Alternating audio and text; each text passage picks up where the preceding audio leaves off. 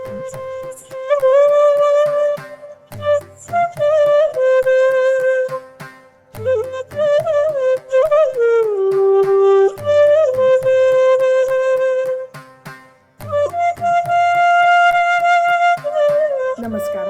ಸ್ವಾಮಿಯೇ ಶರಣಂ ಅಯ್ಯಪ್ಪ.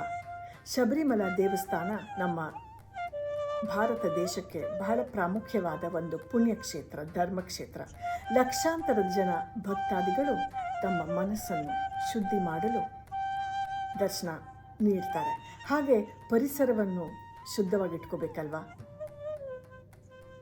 ಪುಣ್ಯಂ ಪೂಂಕವನಂ ಅಂತ ದೇವಸ್ಥಾನದವರು ಒಂದು ಯೋಜನೆ ಮಾಡಿದ್ದಾರೆ. ಸುಮಾರು 11 ವರ್ಷದಿಂದ ಈ ಜಾಗವನ್ನು ಸ್ವಚ್ಛವಾಗಿಟ್ಕೊಳ್ಳೋದಕ್ಕೆ ತಮ್ಮೆಲ್ಲರ ಜವಾಬ್ದಾರಿ ಮುಖ್ಯ.